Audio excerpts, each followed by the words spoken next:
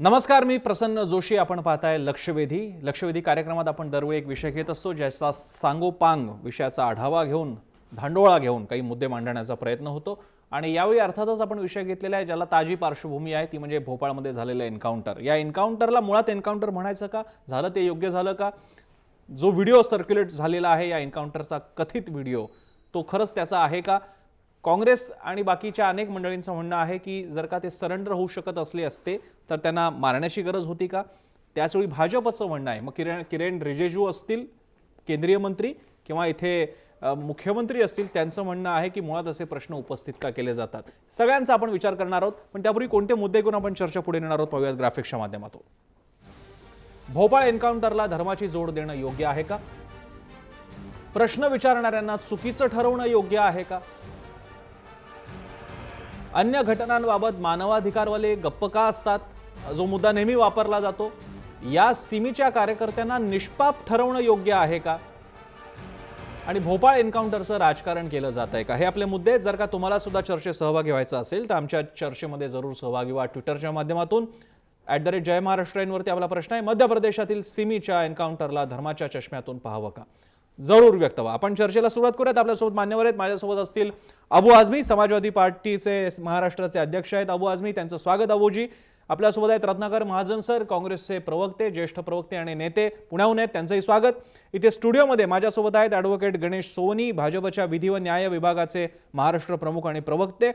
त्यांच्या शेजारी आहेत colonel Rajan Phadke, retired army officer आहेत आणि सिक्युरिटीच्या अँगलने ते या अशा गोष्टींकडे बघणार आहेत. त्याशिवाय आपल्यासोबत असतील राजकीय निरीक्षक अजित सावंतजी. सगळ्यांचं स्वागत.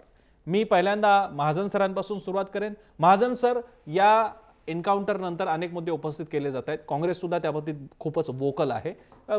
जी बाजू मांडली जाते सरकारकडनं, त्याकडे आपण कसं पाहता, काय म्हणणं आहे आपलं?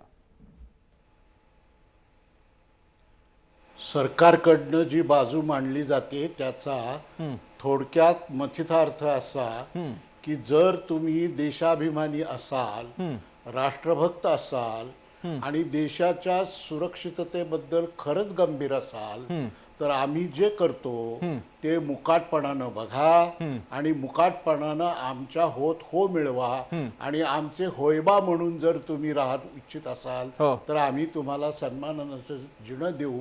नाहीतर जर आम्हाला विरोध केला तर मात्र आम्ही तुमच्यावर राष्ट्रद्रोहाचा शिक्का मारून मोकळे होऊ, हा या म्हणण्याचा अर्थ आहे. अन्यथा देशाचा गृहराज्यमंत्री जेव्हा असं म्हणतो की ऑथॉरिटीच्या विरोधात बोलणं बरोबर नाही, तर आता एवढे ते लोकसभेवर निवडून आलेले आहेत, संसदीय लोकशाहीबद्दल त्यांची माहिती असली पाहिजे.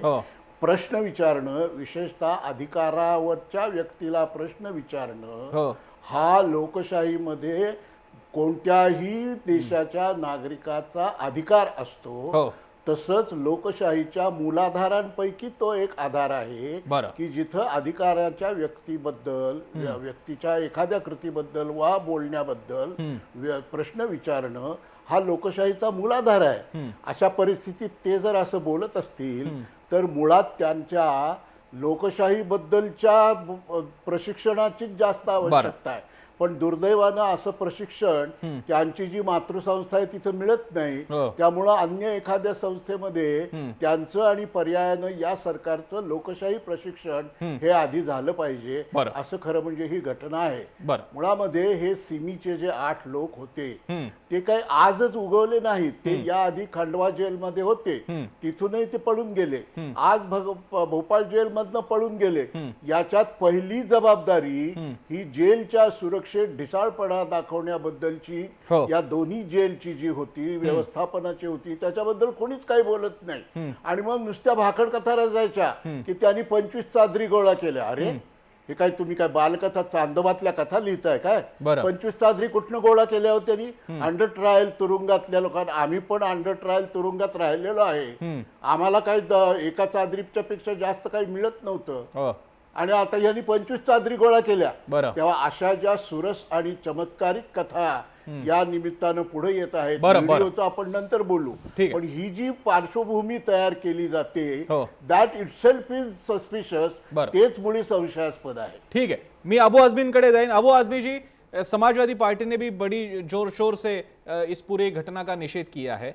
आम्हाला तुम्ही सांगा अबू आझमी जी, तुम्हाला या एन्काउंटर बद्दल प्रश्न आहे का? हे सिमीचे लोक दहशतवादीच नव्हते, ते निष्पाप होते, निर्दोष थे और बहुत ही मासूम थे. तुमचं म्हणणं तरी काय नेमकं?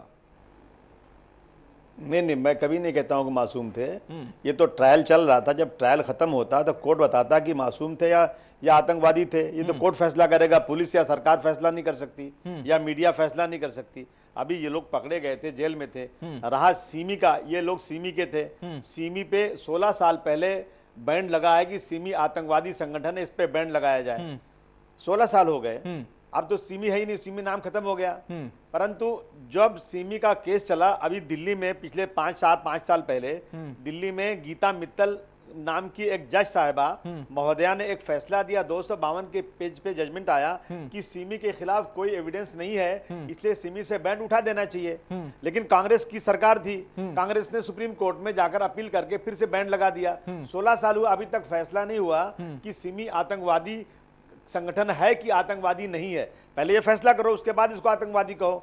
कोई सरकार या कोई व्यक्ति, कोई मीडिया बगैर किसी प्रूफ के, एविडेंस के किसी को आतंकवादी कैसे कह सकती है? अब ये 8 लोग जो बंद थे जेल में, इनको सख्ती के साथ देखना चाहिए. 8 लोग एक साथ भाग गए. सबसे पहले जेल के जितने अधिकारी हैं बड़े बड़े, इन सबके हाथ में हथकड़ी लगाकर इनको जेल भेजो और इनकी इंक्वायरी करो कैसे भागे. और जेल के अंदर जो हाई सिक्योरिटी जोन, जहां पे 42 जो है वो लगा हुआ है सीसीटीवी, और वही सीसीटीवी खराब है जहां पर ये आतंकवादी बंद है. और वहीं पे आज जो है वहां पे सिक्योरिटी वाला ड्यूटी पे नहीं आया. ये सब तमाशा बन रहा है, मजाक लगता है. और जेल में 2 बाउंड्री है, 20 फुट की बाउंड्री. ये लोग बेडशीट को बना करके सीढ़ी कूद गए, किसी ने देखा नहीं. मैं भी जेल में रह चुका हूं, बेगुनाह जेल में पकड़ा गया था. मुझे मालूम है जेल में कैसे कैसा क्या होता है. ये कोई आदमी ये मानने को तैयारी नहीं है कि 8 लोग एक साथ पूरा जेल को ताला खोल करके और जेल से बाउंड्री से कूद के चले गए. अगर ये तो अगर इतने होशियार थे तो कोई बाहर खड़ा रहता है, सबको लेके गाड़ी में भाग जाता. ये सब के सब एक साथ खड़े रहे, एक साथ जाकर एक जगह मिल गए, इन्होंने एनकाउंटर कर दिया ये. और उसके बाद एक आदमी दिख रहा है वीडियो में, एक आदमी की जान बाकी है, वो जीवित है, तो जल्दी उसको गोली मार रहे हैं. भाई गोली कैसे मार सकते? उसको पकड़िए, आप इंक्वायरी कीजिए, सजा दीजिए. परंतु जो पुलिस वाले का इसमें आज सोशल मीडिया में दिख रहा है, एक जीवित आदमी को जल्दी गोली मारी जा रही है, ये बहुत ही सस्पिशियस है. नहीं, इसमें एक बात अबू आझमी जी ऐसा है, जो भी वीडियो सर्कुलेट किया जा रहा है वो अनाधिकारिक है. उसकी किसी भी तरह की स्वीकृति ना किसी एजेंसी ने की है, ना किसी संगठन ने की है. तो हम उस पूरे सबूत को, जो सबूत माना जा रहा है, उस पूरे वीडियो को मौका वारदात का वीडियो इस तौर पे उसको सबूत नहीं माना जा सकता, वरना पूरी चर्चा में एक अलग दिशा में ले जानी पडेगी. तुर्तास मी सध्या स्टुडिओमध्ये येतो आणि त्यानंतर परत एकदा मी जाईन. अनेक मुद्दे मला कल्पना आहे, सगळ्यांना बोलायचं आहे. मी आता सोनींकडे जाईन आणि त्यानंतर बाकीच्या 2 मान्यवरांकडे. सोनीजी 2-3 मुद्दे उपस्थित होतात. एक, हे सगळं प्रकरण ते पळून काय जातात 8च्या 8 जण, लगेच काही तासात त्यांच्यावरती थेट एन्काउंटरचीच कारवाई काय होते, त्यांच्याकडे शस्त्र कुठून आली, त्यांनी काउंटर फायर केलं असं म्हणतात, पण त्याची वर्जन्स अनेक आहेत. नेमकं भाजप करतंय काय? आणि सगळ्यात सस्पिशियस बाब म्हणजे हे लॉजिकल प्रश्न विचारणं म्हणजे देशद्रोह. हे लॉजिकल प्रश्न विचारणं म्हणजे ऑथॉरिटीला क्वेश्चनिंग. आणि याच्याबद्दल शिवराज सिंग असतील, नाही तर वरती रिजिजू असतील, ते म्हणणार तुम्ही हे असे प्रश्न का विचारताय वगैरे. सही किया, चौहान एका सभेमध्ये त्याच्यानंतरच्या असं म्हणाले, जो किया सही किया. हा काय प्रकार आहे? एक गोष्ट लक्षात घ्या, आपण आता इथे बुधवार संध्याकाळी मुंबईमध्ये भोपाळपासून 800 किलोमीटर अंतरावरती आपण बसलेलो आहोत. जी काही चर्चेसाठी आपण जी तयारी करून आलो, आपली सर्वांची माहिती ही एकीव स्वरूपाची वर्तमानपत्रात प्रसिद्ध झालेल्या बातम्या आणि काल जे दूरदर्शनवर किंवा सोशल मीडियाच्या माध्यम, व्हॉट्सअपच्या माध्यमातून जे काही प्रचलित झालेले, प्रसारित झालेले आहे, तो आपला एकमेव आधार आहे. मी काही किरकोळ स्वरूपाचे मला फोनवरनं भोपाळला फोन केला तर मला माहिती मिळालेली आहे, परंतु ऑथेंटिक माहिती अशी अद्यापही म्हणता येत नाही. माझ्या पुढे सर्वात मोठा प्रश्न असा आहे की जेल ब्रेक झाल्यानंतर जो काही प्रकार घडलाय त्याच्याबद्दल काँग्रेस असो, समाजवादी असो, अन्य कुठली मंडळी फार मोठं बवाल पैदा करतायत. परंतु माझी चिंता जी आहे ती जेल ब्रेकच्या अगोदर आहे. अबू आझमी साहेबांनी सांगितलं की त्याच्यामध्ये सीसीटीव्ही कॅमेरे बंद पडले आणि 30-30 फुटाच्या 2 उंच भिंती आहेत. त्या भिंती बेडशीटच्या द्वारे त्यांनी क्रॉस केल्या, म्हणजे त्याने चढले, त्याच्यावरती ते बाहेर पडले. 3 तऱ्हेची जी कुलप आहेत ती खरी उघडायला चाव्या हव्यात, परंतु ती कुलप न तोडता ती उघडलेली दिसत आहेत. याचा अर्थ याच्यामध्ये इन्सायडर कोणतरी आहे हे प्राथमिकदृष्ट्या समजलं जातं.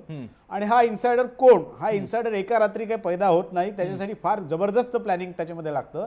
त्यामुळे मुळात ही जी कन्स्पिरसी जी आहे ही 8 लोकांना जेलमधनं पळवायची, ही कन्स्पिरसी कुठे रचली गेली, त्याच्यात सामील कोण होते, आणि सर्वात महत्वाची गोष्ट की त्याच्यामध्ये जो यादव नावाचा जो शिपाई मारला गेलेला आहे, सगळे लोक ह्युमन राईट्सच्या गोष्टी करतात, मानवाधिकारच्या, त्या बिचारा यादवच्या ह्युमन राईट्स बद्दल कोणी बोलत नाही, फार मोठं शोकांतिक दुर्दैव आहे. बरं. आणि त्याच्यानंतर महत्वाचा मुद्दा असा की ज्या मंडळींना आतून पळायला जर काही लोकांची मदत होते, त्या मंडळींना बाहेर पडल्यानंतर इतर मंडळींची मदत झालेली नसेलच का, नाही का, ही देखील आपल्याला शक्यता नाकारता येत नाही. आणि आपण जे मगाशी म्हणालात की जे काही व्हिडिओ आता प्रसारित झालेले आहेत ते नेमक्या त्या सीन ऑफ ऑफेन्स आहेत का, त्यातली व्यक्ती मध्य प्रदेश पोलीस किंवा त्यांच्या अँटी टेरर स्क्वॉड मधलीच आहे का, या सर्व गोष्टींवरती अजून प्रकाश टाकला जायचा आहे. म्हणून सोनीजी मी म्हणतो की जे प्रश्न बाकी आहेत, आणि तुम्ही मगाशी ऐकलं असेल, मी अबू आझमीना सुद्धा म्हणालो की तुम्ही त्या व्हिडिओचे दाखले देऊ नका, कारण ते अनाधिकारिक आहेत, अनधिकृत आहेत, माहित नाही आपल्याला.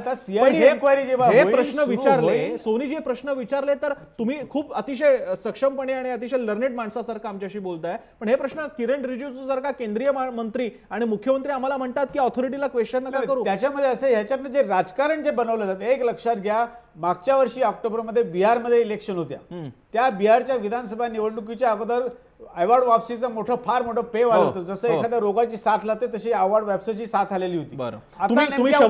तुम्ही त्याला रोगाची साथ म्हणालात, खरं तर याच्यावरती मी तुम्हाला काउंटर करू शकतो, पण विषय भरकटेल म्हणून मी करत नाही. हरकत नाही. पण आता उत्तर प्रदेशामध्ये अवघ्या 3 महिन्यावरती निवडणुका आलेल्या आहेत. त्याच्या अगोदर हा जो काही बवाल जो तयार केलेला जातोय तो केवळ राजकीय हेतूने प्रेरित करून काही विशिष्ट समुदायाला आकर्षित करण्यासाठी त्याला अपीजमेंट असं म्हटलं जातं, असा सर्व प्रकार चालू आहे. त्याचा निषेध केला. सावंतजी, गणेश सोनीजी हे लीगल सेलचे आहेत, त्यामुळे अत्यंत कायदेशीर मुद्दे त्यांनी उपस्थित करून कायदेशीर पद्धतीने बाजू मांडण्याचा प्रयत्न केला.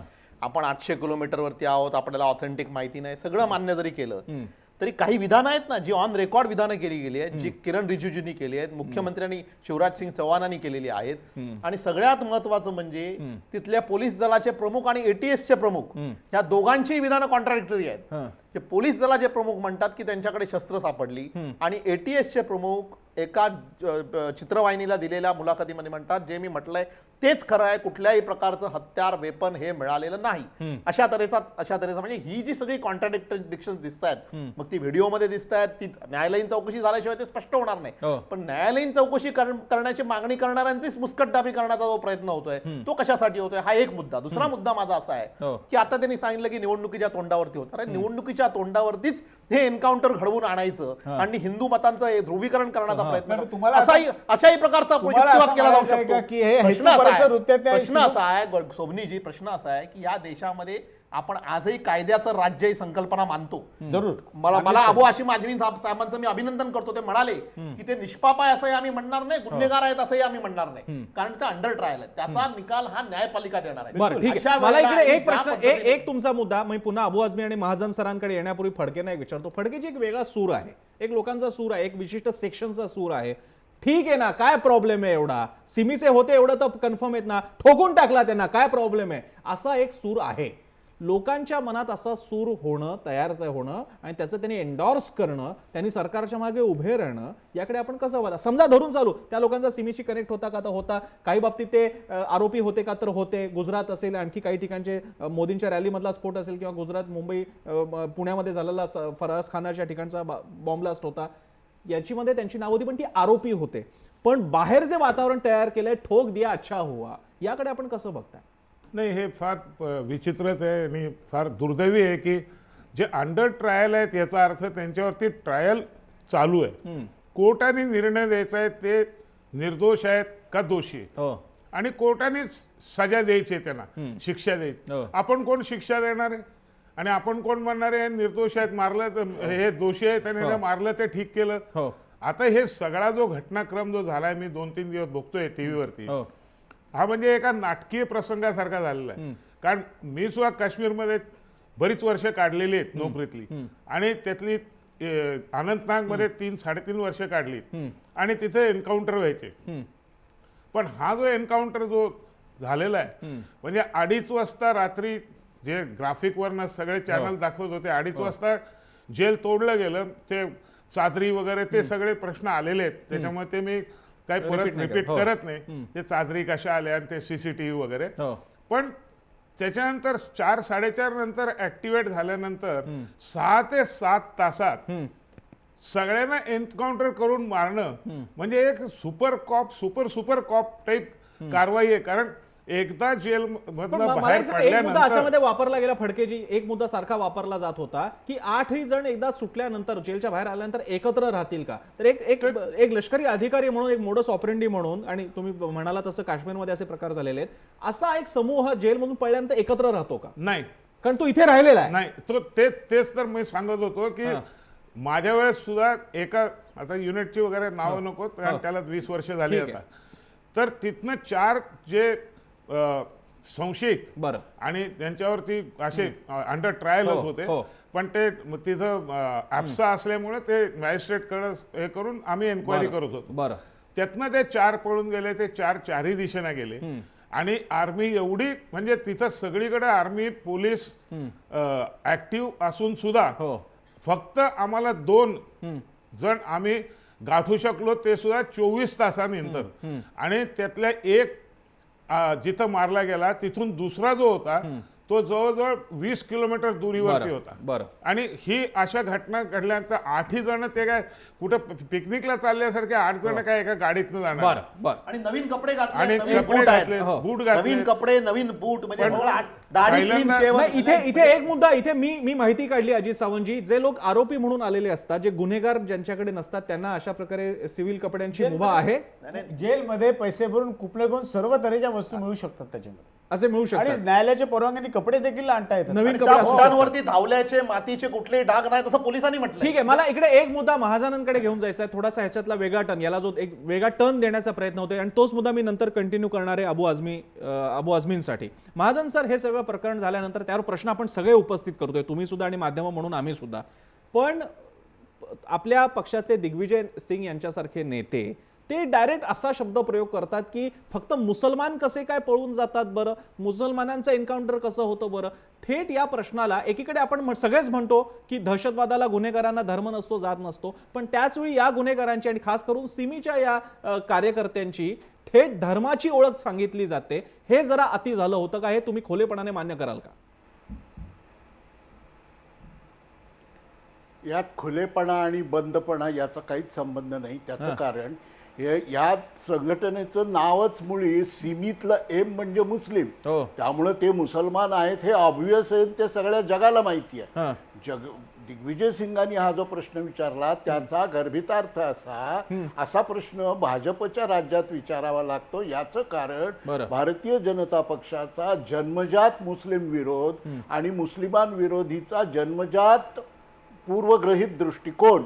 म्हणून जेल फोडले त्यानिमित्तानं मारता येतील हे गृहीत धरून, आणि आता त्यांनी जेल फोडला का नाही हेच मुळी संशयग्रस्त मुद्दा आहे. एवढी सगळी कुलप सोडून ते जर गेले असतील तर मगाशी त्यांनी फार शहाजोगपणे सांगितलं की आतलाच कोणीतरी, अरे मग आतला कोण माणूस आहे ते आधी शोधून काढा की, आम्हाला काय सांगता आतलाच कोणीतरी सहभागी आहे एन्क्वायरी होणार आहे त्याच्यामध्ये. काल घोषणा जाहीर झालेली आहे त्या अरे संदर्भात. तो जिवंत होता, त्याला पकडलं असतं ते सगळं पुढे आलं असतं ना. पण 8 विरुद्ध 1 यादवला मारल्यानंतर जो दुसरा त्याचा मदतनीस होता त्याला त्यांनी दर्डवलं की तुझी पण अशीच गत होईल, त्यामुळे तो तिथे तुम्ही थंड मध्ये पडला. बोलू नका. असं वर्तमानपत्रात छापून आलेलं आहे. वकील साहेब मध्ये बोलू ठीक आहे, नका, त्यांना मला बोलू बोलू द्या, द्या. त्यांना बोलू द्या, त्यांना बोलू वकील द्या. साहेब मध्ये महाजन सर बोलू बोला. नका, मला बोलू द्या. महाजन सर बोला.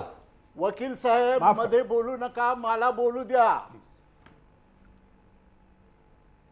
तेव्हा मुद्दा असा की जर एवढं सगळं, म्हणून मी आधीच म्हणलं की खांडव्यातूनही हे जेल फोडून जातात, भोपाळ मधूनही हे जेल फोडून जातात, आणि त्याची जबाबदारी कुणावरच नाही. आणि आता ते कोण यादवांचा त्यांच्याबद्दल फार नखराशिडू ढाळले गेले. प्रत्येक जणांनी यादव यांच्या मृत्यूबद्दल हळहळ व्यक्त केलेली आहे आणि त्यांच्या कुटुंबियांच्या बद्दल सहवेदना व्यक्त केलेली आहे. मुद्दा असा आहे की तो जेलमध्ये खून झालेला आहे, जेलच्या बाहेर खून झालेला नाही, आणि त्यासाठी क्रिमिनल प्रोसिजर कोडमध्ये, इंडियन पिनल कोडमध्ये आणि त्या दहशतवाद संबंधी कायद्यामध्ये सगळीकडे तरतुदी आहेत. तेव्हा एकीकडे त्या यादवांच्या कुटुंबियांचं सांत्वन आणि त्यांना सरकारी मदत, आणि दुसरीकडे योग्य त्या कायद्यानुसार त्या यांच्यावर खटला भरता येतो. त्यासाठी त्याला मारण्याचं काय कारण होतं? बरं. त्यांनी एकाला मारलं म्हणून तुम्ही 8 लोकांना मारलं, हा कुठला न्याय आहे? हा जंगलचा न्याय आहे, हा सुसंस्कृत जगाचा न्याय नव्हे. त्यामुळं हा प्रश्न जो उपस्थित होतो, आता मला असं सांगा की मालेगाव ब्लास्ट केस मध्ये जे पकडलेले लोक आहेत ते पण आतंकवादी म्हणायचे का? आणि जर आतंकवादी असतील तर त्यांनाही असंच बाहेर काढून मारून टाकायचं का? काय करायचं काय त्यांचं? बरं. तेव्हा असे अनेक प्रश्न याच्यातून निर्माण होतात. आणि दुसरं असं की भारतीय जनता पक्ष किंवा संघ परिवाराचं वैशिष्ट्यच हे आहे की जेव्हा एखाद्या अडचणीच्या प्रश्नावर सर्व लोकांना पटेल असं तर्कशुद्ध उत्तर देता येत नाही, त्यामुळे त्याच्या बाजूच्या आजूबाजूच्या फापट पसाऱ्यावरच लक्ष केंद्रित जात होतं. म्हणून रोग काय साथ काय, अहो यांना जन्मापासून जडलेल्या रोगाची चर्चा करू की आधी आपण, मग बाकी साथीच्या रोगाची चर्चा करू. बरं, मी अबू आझमींकडे एक मुद्दा घेऊन जातो, कारण हा मगाशी उल्लेख पण महाजनांनी केला. अबू आझमी जी, चलो पकड़ के चलिए, इसके बारे में तो हम सारे सवाल पूछ रहे हैं कि इन 8 लोगों को इस तरह से मारा क्यों गया, क्या ये एनकाउंटर था या ये सोची समझी साजिश थी? लेकिन मेरा अलग सवाल ये भी है, आप जैसी कोई पॉलिटिकल पार्टी हो या मानवाधिकार कार्यकर्ता या कोई आयोग हो, इन सभी लोगों को इन लोगों के बारे में रुचि है, लेकिन जो बंदा मारा गया था जेल में, जिसका नाम भी अभी यहां पे गया, यादव नाम का ये बंदा था, उसके बारे में कोई बोल नहीं रहा है. जिस तरह से आप एक लॉजिक लगा रहे हो कि ये ऐसा हुआ होगा, भाजपा वालों ने पुलिस को बुला होगा, पुलिस ने एनकाउंटर किया होगा, ये भी तो हो सकता है जो एक वर्जन वहां की सरकार, वहां पे लोक निर्वाचित सरकार जो वर्जन दे रही है कि ये भाई यहां से भागे, वो भाग रहे थे, उस गांव के सरपंच ने यहां पे पुलिस को बता दिया, पुलिस वहां पे गए और उन्होंने एनकाउंटर किया. क्या हम क्योंकि कोई सरकार भाजपा की है उसकी आधिकारिक वर्जन को मानेंगे ही नहीं? क्या ये स्टैंड सही है अपना? नहीं, बिल्कुल ये सही नहीं है. मैं भाजपा की बात नहीं कर रहा हूं, मैं कांग्रेस की बात कर रहा हूं. इसके पहले दिल्ली में बटला हाउस में एनकाउंटर हुआ था, उसमें भी एक शर्मा नाम के इंस्पेक्टर मारे गए थे जी. और हम तमाम इंसाफ पसंद लोगों की, मैं उस वक्त खासदार था, पार्लियामेंट में था जी, हम सब लोगों की, देश के हजारों लोगों ने ये कहा कि ये एनकाउंटर गलत हुआ है, हमें ऐसा शक लगता है, इसकी जो है सीबीआई इंक्वायरी करवा दो जी. परंतु आज 8-10 साल हो गए, आज तक सीबीआई इंक्वायरी नहीं हुई. दूध का दूध पानी का पानी नहीं हुआ. कहा गया कि अगर इसकी सीबीआई इंक्वायरी होगी तो पुलिस का मनोबल टूटेगा. अभी इसके पहले देखिए आप, अभी तेलंगाना में 5 लड़के को जेल से निकाला गया, 30 किलोमीटर ला करके उसको गोली मार दी गई, कह ये भाग रहे थे. और उनकी जो फोटो छपी है, सबके हाथ में हथकड़ी लगी हुई है, सबके सब सिमी के नाम के मार दिए गए. ये देश में हो रहा है. मेरा कहना है कि हम बीजेपी हो या कांग्रेस हो, आज खास तौर से मुसलमानों को निशाना बनाया जा रहा है आतंकवाद के नाम पर. मैं कहता हूं कि अगर कोई आतंकवादी है उसे फांसी की सजा दो, उसे बिल्कुल जिंदा रहने का कोई हक नहीं देश के अंदर. परंतु बेगुनाह को क्यों ऐसा किया जा रहा है? ये बिल्कुल ये ठीक नहीं. देखिए अक्सर अबू जी, आपने तो करार दे ही दिया कि ये सिमी के लोग बेगुनाह थे, ऐसा आपने अभी करार ही दे दिया. आपने तो बोल दिया कि बेगुनाह को मारो मत. तो आपने ये किस तरह से आपने डिसाइड कर लिया कि नहीं, ऐसा नहीं कहा उन्होंने. ये मायूस है, ऐसा आपने किस तरह से यहाँ पे डिसाइड कर लिया? प्रसन्ना जी आप सुनिए ना. हाँ, कौन तय करेगा कि गुनहगार है कि नहीं गुनहगार है? जी, सही बात है. कोर्ट ही तय करेगा ना. तो कहां कोर्ट ने सजा दिया अभी तक? 5 तेलंगाना में मारे गए, कोर्ट ने सजा नहीं दिया था जी. ये मारे गए 8, अभी कोर्ट ने सजा नहीं दिया था. लेकिन देखिए अभी मैं बता, अक्षरधाम मंदिर में एक मौलाना पकड़े गए जिनको निचली अदालत ने फांसी की सजा दिया, हाई कोर्ट ने फांसी की सजा दिया, और 13 साल के बाद मौलाना साहब सुप्रीम कोर्ट ने बेगुनाह छोड़ा. जब वो आए तो उन्होंने कहा कि मुझे नंगा करके, लटका करके, बकरे की तरह से जैसे पानी में मुंह डाल के मारते थे, मेरे पैजामे में चूहा डाल देते थे, मेरे पेशाब की जगह पर करंट लगाते थे. ये क्या हो रहा है देश के अंदर? सर, आतंकवादी आप मत बनाइए. वो आदमी जो पुलिस के खिलाफ हो जाएगा, जिसके साथ 13 साल तक जुल्म ज्यादती की जाएगी. मैं कहता हूं कि जो आदमी गुनहगार है उसको सजा मिलना चाहिए. परंतु ये पुलिस और ये शॉर्टकट जो कर रही है सरकार है ना, ये बिल्कुल गलत बात है. ये और ये सरकमस्टांसेस बता रहे हैं कि 8 लोग इतने होशियार हैं कि जेल तोड़ के भाग गए, और इतने पागल हैं कि सब एक ही साथ घूम रहे थे, एक ही साथ पकड़ लिए गए. ये कैसे हो सकता है? ये कहीं ना कहीं माइंड को लगता है कि इसमें कहीं ना कहीं गोलमोल दाल में काला है. ठीक है, मैं सच्चाई छुप नहीं सकती. अबू जी, मैं आपका एक मुद्दा, क्योंकि मेरे पास वक्त की मर्यादा है, मैं थोड़ा सा यहाँ पे स्टूडियो में आऊंगा, लेकिन मुझे आपकी बात समझ में आ गई है और मैं उस बात का जो पॉइंट है वो जरूर पूछूंगा. सोनींकडे येईन आणि त्यानंतर फडके आणि सावंतांकडे देईन. सोनी जी, आपण एन्काउंटरच्या ठिकाणी आपण रिक्रिएट करण्याचा प्रयत्न करूयात. एक नक्की जे विविध व्हर्जन्स आपल्या समोर येत आहेत ते ज्या ठिकाणी गेले होते त्याच्या बाजूला सराउंडिंग पोलिसांनी केलं होतं आणि त्याच्या पुढे थेट खोल खड्डा होता किंवा दरी सदृश परिस्थिती होती. ते आणखी पुढे जाऊ शकत नव्हते. बंदूक समजा काही गोळीबार असला तरी तो शेवटी ते हातबल झालेच असते. अशा वेळी आणि सगळ्या 8च्या 8 जणांना मारून टाकणे म्हणजे मी काही त्यांच्या बाजूला नाही घेते आणि आपण सगळेच म्हणतोय की जर का असतील तर त्यांना जरूर कोर्टाने शिक्षा द्यावी, पण त्यांना थेट एन्काउंटरमध्ये आणि हे अपवादात्मकही नाही, भारतातल्या सगळ्या एन्काउंटरमध्ये संबंधित माणूस डायरेक्ट मारलाच जातो. हे कसं काय? आणि आता मी तुम्हाला तुमच्या माहितीसाठी ताजे फॉरेन्सिक रिपोर्ट सांगतात की त्यांच्या कमरेच्या वरती फायरिंग झालं. एक लक्षात घ्या की जे काही वर्तमानपत्रात गेले 2 दिवसामध्ये प्रसिद्ध झालेलं आहे किंवा जे सोशल मीडियावरती जे दाखवलं जात आहे हो at the cost of repetition, मगाशी जे मी सांगितलं की नेमकं त्याच सीन ऑफ ऑफेन्सचं आहे आणि तीच मंडळी आहेत, तीच आरोपी मंडळी आहेत, तीच पोलीस मंडळ आहेत, हे अद्याप अजून सिद्ध व्हायचं आहे. आणि जे काही योगेश चौधरी नावाचे जे IG आहेत मध्य प्रदेश पोलिसांचे, त्यांचं जे व्हर्जन आहे की the man who was on the spot, आजच्या घडीला देखील त्यांचं जे व्हर्जन आहे ते आपण स्वीकृत करणं हे जास्त योग्य होईल, कारण ते वस्तुस्थिती त्यांनी तिथे पाहिलेली आहे, ते घटनास्थळी तिथे होते. त्यांचं म्हणणं असं की या मंडळींकडे जी काही शस्त्रास्त्र होती, जी काही होती, आम्ही त्यांना शरण येण्याचा इशारा दिला तरी ते शरण न येता त्यांनी आमच्यावरती उलटे काही प्रयत्न केला, जेणेकरून आमच्या जीविताला धोका उत्पन्न होईल, म्हणून आम्हाला मला सोनीजी सांगा, मुंबईमध्ये एखाद्या लफंग्याकडनं सुद्धा जर का पैसे, कोकेनची पावडर किंवा शस्त्र काही गेलं तर त्याचं लगेच प्रदर्शन करून आमच्या पोलीस आयुक्तालयात दाखवलं जातं किंवा पोलीस स्टेशनमध्ये दाखवलं जातं. ही शस्त्र दाखवा की आम्हाला. मग ती सगळी चौकशी चालू आहे ना, आता CIDने चौकशी ताब्यात घेतलेली आहे आणि काल मुख्यमंत्र्यांचं विधान देखील आलं की याच्यामध्ये गरज भासली तर NIA देखील चौकशी करेल आणि जर दोषी कोणी अधिकारी आढळला तर त्याला आम्ही सस्पेंड कर, त्यांनी आम्ही सेवा मुक्त करून त्याच्या कायद्यानुसार आम्ही खटला भरू त्याच्याविरुद्ध. इंडियन एक्सप्रेसमध्ये काल मुलाखत आली त्यांची दिल्लीच्या एडिशनमध्ये. सावंतजी, मी मगाशी म्हटल्याप्रमाणे पोलिसांचे जे उच्चाधिकारी आहेत, आता यांनी सांगितलं राज्याचे महानिरीक्षक आणि ATSचे चीफ, ह्या दोघांच्याही बोलण्यामध्ये विसंगती आहे. ATSच्या चीफनी हे स्पष्ट केलेलं आहे की कुठल्याही प्रकारची वेपन्स, कुठल्याही प्रकारची शस्त्र त्यांच्याजवळ सापडली नाहीत. प्रश्न असा आहे की मी मगाशी म्हणालो तसं की आपल्या देशाने कायद्याचं राज्य ही संकल्पना स्वीकारलेली आहे. अगदी कसाब आणि अफजल गुरुची सुद्धा ट्रायल झाली आणि त्या ट्रायलमध्ये ते दोषी ठरल्यानंतर मग त्यांना शिक्षा दिली गेली. आज इथे असं आहे आणि हे शिवराज सिंग आता काय म्हणाले बघा की त्यांना काय बिर्याणी खायला ठेवायचं का जेलमध्ये? अरे म्हणजे काय जेलमध्ये आलेल्या प्रत्येकाला मारून टाकायचं की काय?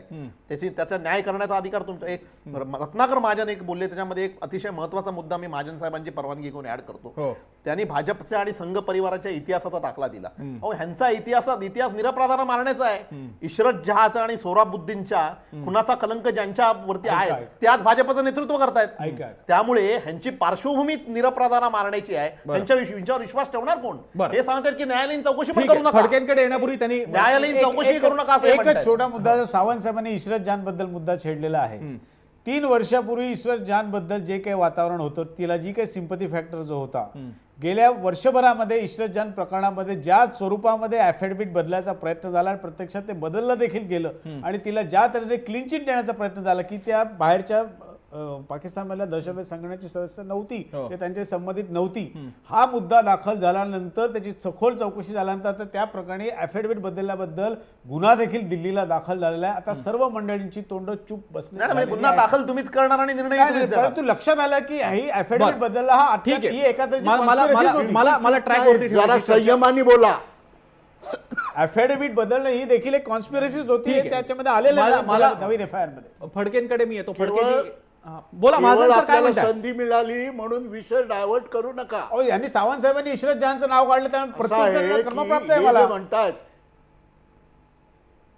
अहो पण मध्ये बोलू नका ना, एवढा साधा नियम पाळा ना. यांची परवानगी घेऊन मी बोललेलो आहे जोशी. तो सभ्यतेचा नियम आहे. नाही महाजन सर, ते सावंतांच्या बोलण्याला काउंटर करत होते. दुसरं काय त्याच्या पलीकडे? बोला बोला महाजन सर, तुम्ही बोला.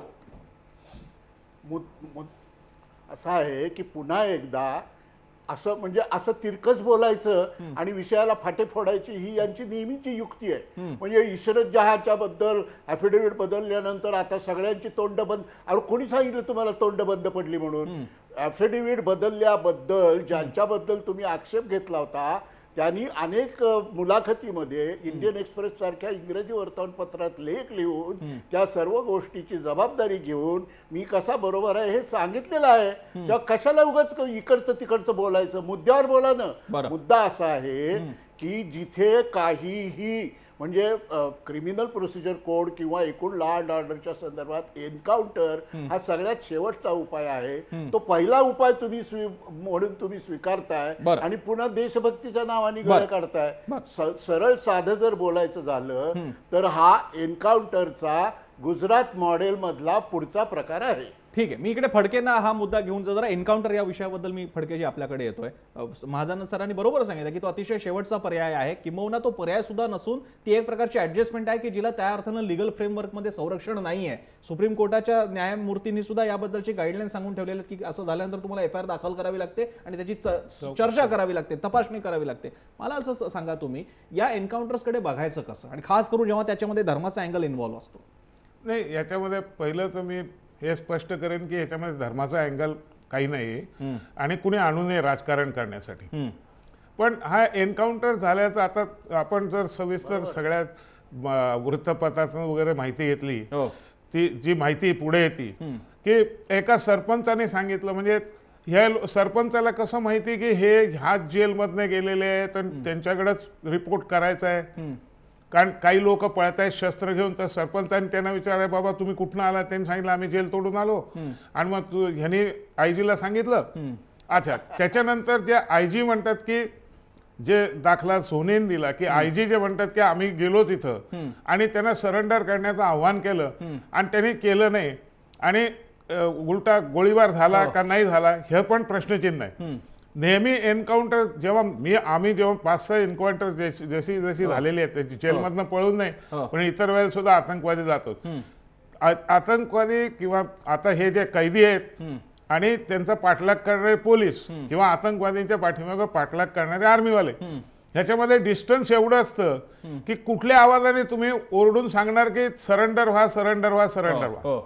ते पाठीमागं बंदूक करून गोळी घालून गोळ्या मारत पुढे चाललेले असतात आणि त्यातनं क्रॉस फायरिंग मध्ये एखाद दुसरा इंजर्ड होऊ शकतो. तर हे सगळं प्रश्नचिन्हच आहे ह्याच्यावरती की आम्ही त्यांना सांगितलं सरेंडर व्हा. मध्ये एक चमचे घेऊन गेलं वगैरे काहीतरी आलं होतं की चमचे सापडले. आता म्हणतात हत्यार सापडली. म्हणजे हत्यार तरी दाखवा, जसं आपण म्हणलात की थोडेसे एन्काउंटर झाल्यावरती आपण आता काश्मीरमध्ये एन्काउंटर होतात तेव्हा ते सगळं आता पठाणकोट किंवा गुजरातपूर झालं तर सगळं डिस्प्ले केलं जातं. माल जप्त झाला, शस्त्र जप्त झाली की ती दाखवली जातात. पाकिस्तान मार्किंगचं आहे, हे मार्किंगचं आहे, ती दाखवली. त्याच्यामुळे काय झालंय की हे सगळं संशयास्पद वातावरण तयार केलेलं आहे, त्याच्यामुळे इतरांना वाव मिळतो. एक प्रश्न अबू आझमीना इकडे विचारतो, कारण मगाशी इलेक्शनचा उल्लेख झाला होता आणि अबू आझमीनेच तो केला होता. अबू आझमी जी, आप बताइए, जिस तरह से आपने बहुत ही वाजिब आपका डाउट यहाँ पे एक्सप्रेस किया था कि उत्तर प्रदेश के चुनाव को मद्देनजर रखते हुए ये स्टेज किया गया है चूंकि एक कंसोलिडेट वोट बैंक तैयार हो जाए, क्या आप अपने इस दावे पे अभी भी कायम हो? बिल्कुल मैं कायम हूँ. ये सब जो है, ये सारा जो देश में खेल चल रहा है आज जी, ये सब जो है आप पोलराइजेशन करने के लिए चल रहा है जी, और मेजॉरिटी को दिखाने की कोशिश की जा रही है कि ये हिंदुत्व के लोग जो हैं इनको बहुत ही सिक्योरिटी देंगे, देश में हिंदुत्व लाएंगे, जबकि ये इस देश के हिंदू भाई लोग हमेशा मुस्लिम हिंदू मिलकर रहना चाहते हैं. परंतु जब से ये सरकार आई है, कहीं मुस्लिम पर्सनल लॉ बोर्ड में इंटरफियर करना है, कहीं सूर्य नमस्कार की चीजें लाना है, कहीं जो इस देश के अंदर जो है धर्म परिवर्तन की बात करना है, रोज आना यही चीजें चल रही. देखिए, मैं चिंतित हूं इस बात से कि सर्जिकल स्ट्राइक हुई इतनी बड़ी, उसके बाद भी पाकिस्तान के लोग हमारे देश में रोजाना बॉर्डर पे कहीं न कहीं गड़बड़ कर रहे हैं. हम इतने विशाल, इतने मजबूत देश होने के बाद भी पाकिस्तान को घुस करके हम तबाह नहीं कर पा रहे हैं. अब ये सब चीजें होंगी तो फिर पाकिस्तान में बैठे हुए ISI के लोग जिनको बहाना चाहिए भारतवर्ष में आतंक फैलाने का, वो लोग फिर ये बहाना लेकर के, जैसे 92 के पहले आतंकवाद देश में बहुत कम था, नहीं था, बाबरी मस्जिद का बहाना लेकर के पाकिस्तान के लोग देश में घुसे और आतंकवाद को बढ़ाया. नक्की अबू आझमीजी, तुम्ही म्हणताय तो मुद्दा एका अर्थानं बरोबर आहे आणि हा मुद्दा केवळ भाजपला लागू होत नाही. अबू आझमीजी, तुम्ही म्हटलेला मुद्दा काँग्रेस राष्ट्रवादीच्या काळातही लागू होतो, कारण मला कल्पना आठवत आहे अजूनही, गृहमंत्री तेव्हा आत्ताचे कैलासवासी आबा RR पाटील तेव्हा गृहमंत्री होते, तेव्हा सुद्धा मुद्दा उपस्थित झाला होता की फक्त मुसलमानांवरती इतक्या पटापट केसेस दाखल होतात, त्यांना जेलमध्ये टाकलं जातं आणि अनेक वर्षानंतर ज्यावेळी तो तरुण बाहेर येतो त्यावेळी त्याला सामाजिक 40% वाव राहत नाही, मुसलमान जेल में त्याला सामाजिक वाव राहत नाही आणि त्याला त्याच्या कम्युनिटीमध्ये पण वाव राहत नाही. आणि आता तर पद्धत त्याच्या पलीकडे जाऊ लागलेली आहे. अटक करायची, आरोपी म्हणून शिक्का मारायचा आणि त्याच्यानंतर त्याला संपवून टाकायचं. आता आपण असा दावा करत नाही आहोत की हे लोक जे मारले गेले ते दहशतवादी नव्हतेच, पण ते होतेच आणि त्यांचं एन्काउंटर हे योग्यच होतं असाही दावा करण्याच्या परिस्थितीत आपण नाही. फक्त प्रश्न असा आहे, असा एक डिसेंट, असा मतभेद मांडू देण्याची संधी, अवकाश आपल्याला हे सरकार देत आहे का? सध्या तरी त्यांच्या मुख्यमंत्र्यांकडनं किंवा केंद्रीय गृहराज्यमंत्र्यांकडनं अशी काही संधी देण्याचा त्यांचा मूड दिसत नाहीये. ठोकून टाकलेलं आहे त्यांना, आमचे पाठ थोपाटा, आम्हाला शेर म्हणा, असंच जर का चालू राहिलं तर गुंडा राज देशामध्ये काम व्हायला वेळ लागणार नाही. ते होणार नाही अशी आशा आहे. तेवढ्यासाठीच आपण इथे जमलो होतो या चर्चेसाठी. लोकांना सुद्धा आपण प्रश्न विचारला होता, त्यांना काय वाटतंय. आपला प्रश्न होता जो तुम्ही पाहिला असेल, मध्य प्रदेशातील सिमीच्या एन्काउंटरला धर्माच्या चष्म्यातून पाहावं का? आपण बघूया स्क्रीनवरती लोक काय म्हणतायत ते.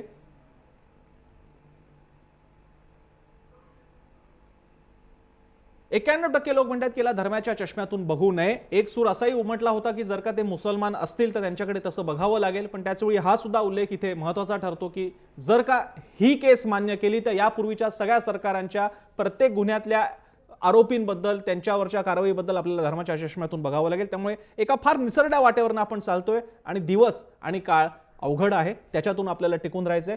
तुर्तास या चर्चेसाठी आपल्याला सगळ्या मान्यवरांनी वेळ दिला. अबू आझमीजी, गणेश सोनी, रत्नाकर महाजनजी, कर्नल फडके आणि अजित सावंत, आपल्या सगळ्यांचे आभार. चर्चेत इथेच थांबूयात. पाहत राहा जय महाराष्ट्र.